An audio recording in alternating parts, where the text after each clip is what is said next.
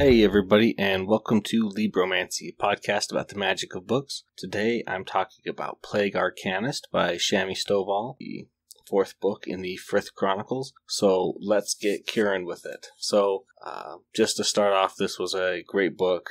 I loved it. I thought it was very fast-paced and different enough from the previous books that it didn't feel like a repetition that these books can sometimes kind of fall into. So I was glad that Shami shook it up a little bit, changed the crew, but still, kept that same feeling of hope and determination throughout the whole book. It takes place, as we left off in the last book, right after the kingdom, Thronehold, has been taken over and attacked. So I don't have much I can say without spoiling it, besides I loved it. I loved that we got to see more Karna. We know that Volk was leaving his fellow guildmates behind, and I started to miss the interactions between him and the rest of the Frith Guild. So I liked that. As I was reading it, I felt like, man, I want more of those older interactions. They were so good. Maybe I didn't appreciate them as much, or absence makes the heart grow fonder. But either way, they were good. So let's just get into the spoiler section. So be warned.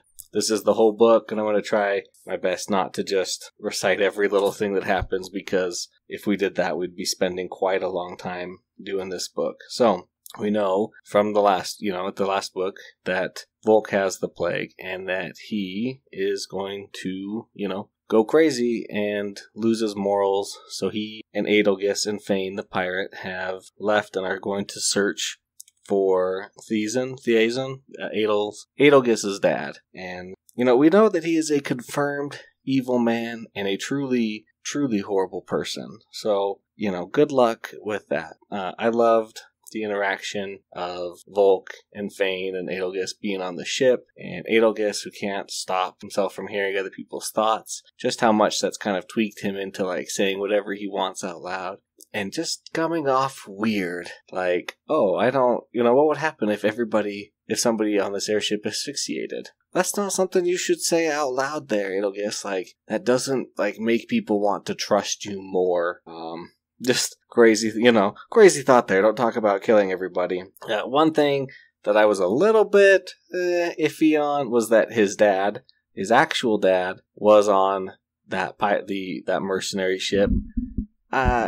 Didn't throw me out of the story completely, but I can't say that it felt perfect. I don't feel like there was any foreshadowing about what was going to happen to it, or any hinting that his dad was going to be there, that we were even going to see his dad during this whole story. So that kind of threw me for a loop, but I got past it. His dad is a great imbuer, the blacksmith of the mercenary group. I thought that was a really nice touch, that his dad was able to actually teach him stuff, that Volk is secure enough in his relationship with his adopted father that he's willing to meet and talk with his real father and get kind of his side of the story without just the typical, oh no, you abandoned me, I'll never listen to you, you hate me kind of a thing. So that was a good thing I thought it had going for him. So let's continue on. That was a good part. I loved just them training on the boat, and nobody trusting Volk, which is kind of unusual because everybody trusts Volk because he's such a good guy. So they get to where not Volk's father, but Adelgis' father was doing some research, and they learn that in the city there are how do I say this? Kefera. And they are mystical creatures with the magic of renewal. And they believe that if they are able to find and bond one of these, that they can use that to cure the plague, because they have a powerful healing ability, a renewal ability to renew people to how they were, both in the mind and in the soul. And while they are trying to figure out what happened to this, they learn that his father, Adelgis' father, has already left the city. And so they have Karna, the doppelganger Arcanist, pretend to be Thiessen, and then they get into his lab and steal some notes and a couple other things that are quite important later that we'll talk about. But while we're there, we steal the sand that healed Adelgis, the pink sand and the tan sand. And we learned that Adelgis, his father, has been killing the Kefera and preventing them from coming back to life, which is crazy. There used to be hundreds of them. Now there's like 10 or less, and that's just like, just for experimentation. Like, he knows what he was doing. It wasn't an accident. Although I have to say, I loved as they were leaving that, and Karna was like, don't worry, I got revenge on him.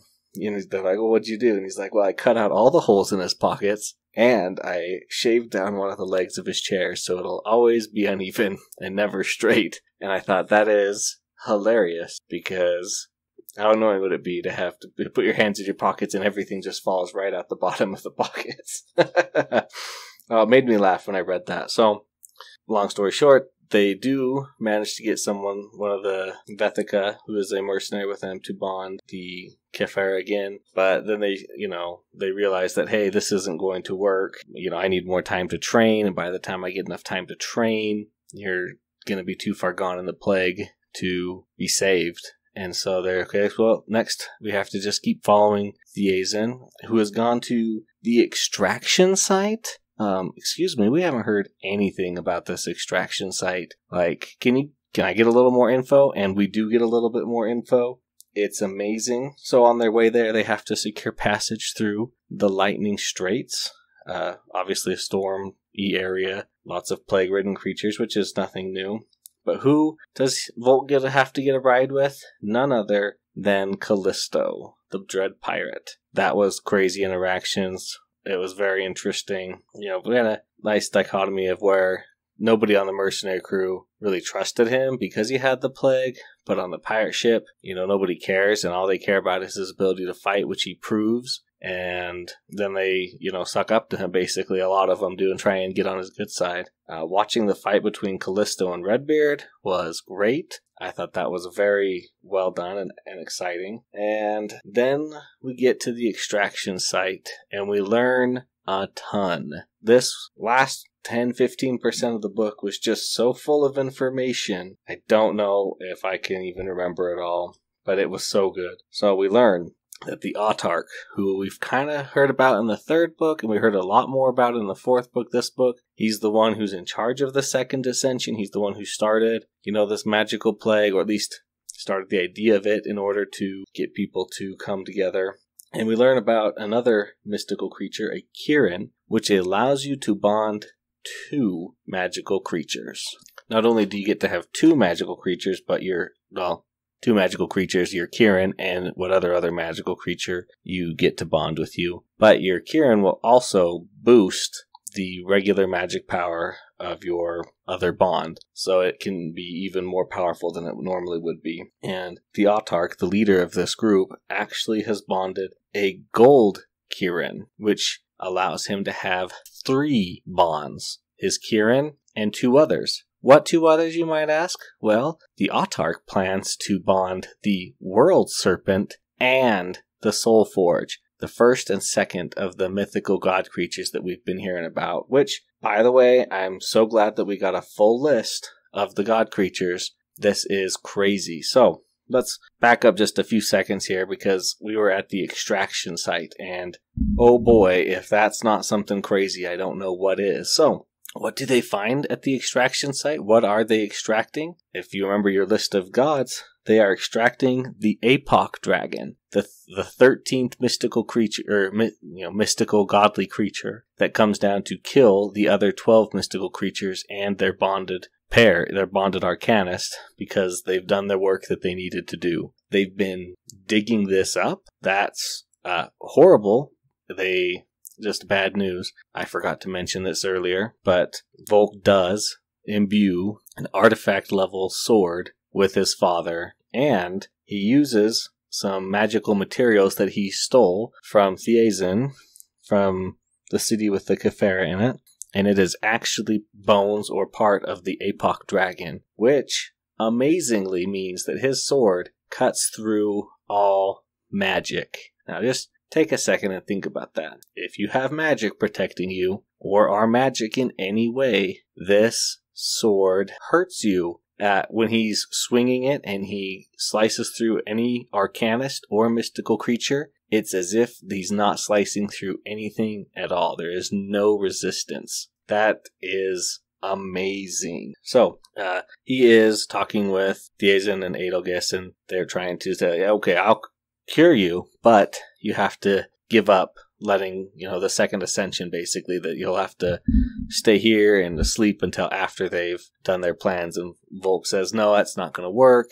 I can't stand that. And Adelgis, puts him to sleep anyway, but his father won't cure him until after the ascension. But he says, no, that's not going to work for me. I can't stand by and let these people die. And so he knows that the plague is going to is infecting him. And it was so great to see the subtle shift in his personality as he starts to kind of descend into the plague. Because as we know, for Arcanist, it takes a little longer than it does for magical creatures to succumb. But even he can notice it, that he's more angry, that he's less willing to forgive people. If, he has those moments where his inhibitions have just been loosed and he's just like, no, I just want to kill. And he says, I'm going to fight this. And he is, trying to fight his way out to save his friends, who he sent on ahead. And he's going up against 3 Dreadform Arcanists.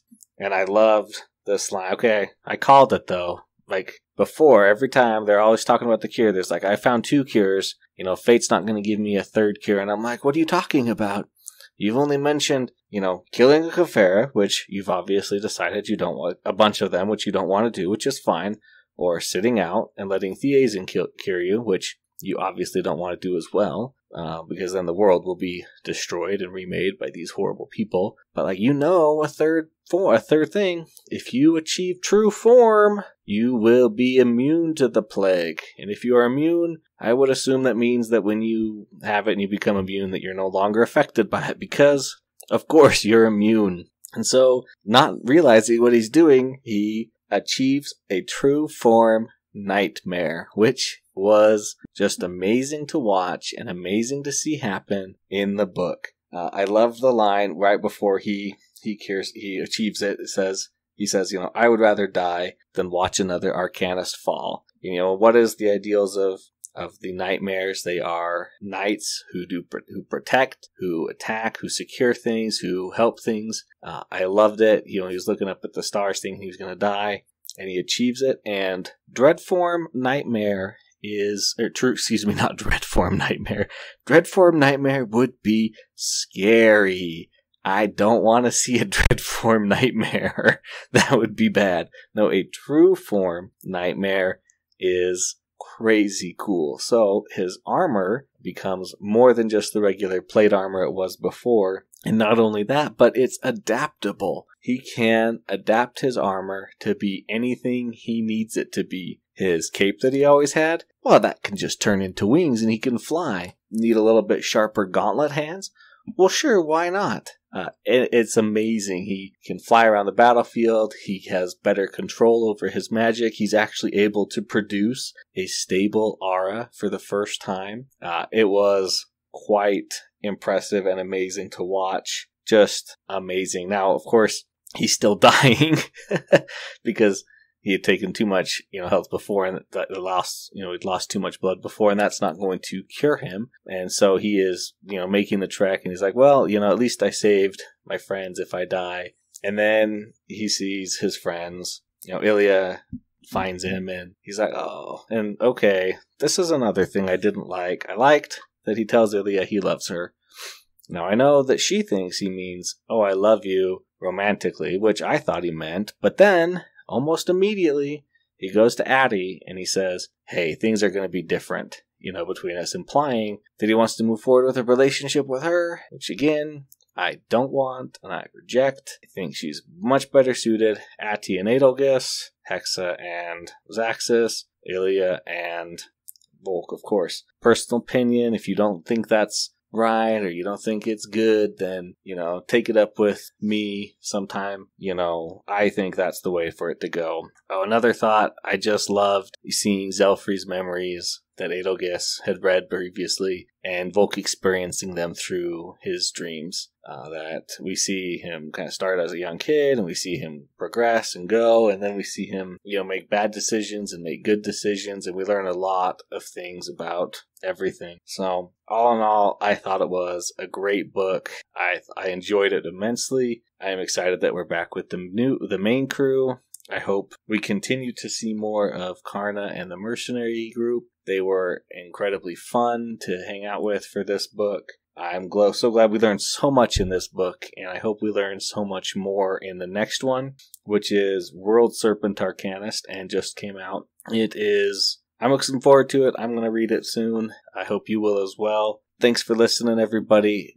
Thanks to David Hilowitz for the intro and outro music. If you have any questions or comments, don't forget to send those to libromancypod@gmail.com. Like and follow if you enjoyed it, and always remember to help me cure the magic of books.